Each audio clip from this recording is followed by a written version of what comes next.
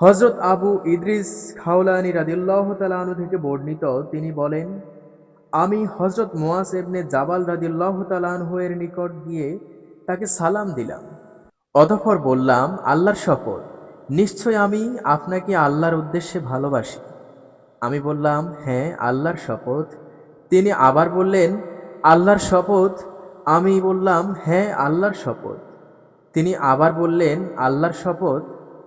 বর্ণনাকারী বলেন, অতঃপর তিনি আমার চাদর ধরে তার দিকে আমাক টান দিলেন এবং বললেন, একটি সুসংবাদ শোনো, কেননা আমি রাসূল সাল্লাল্লাহু আলাইহি ওয়াসাল্লামকে বলতে শুনেছি, আল্লাহ তাআলা বলেছেন, তাদের জন্য আমার ভালোবাসা অনিবার্য, যারা আমার উদ্দেশ্যে পরস্পরকে ভালোবাসে, আমার উদ্দেশ্যে একত্রে বসে, আমার খাতিরে পরস্পর সাক্ষাতে মিলিত হয় এবং আমার খাতিরে একে অন্যের জন্য ব্যয় করে।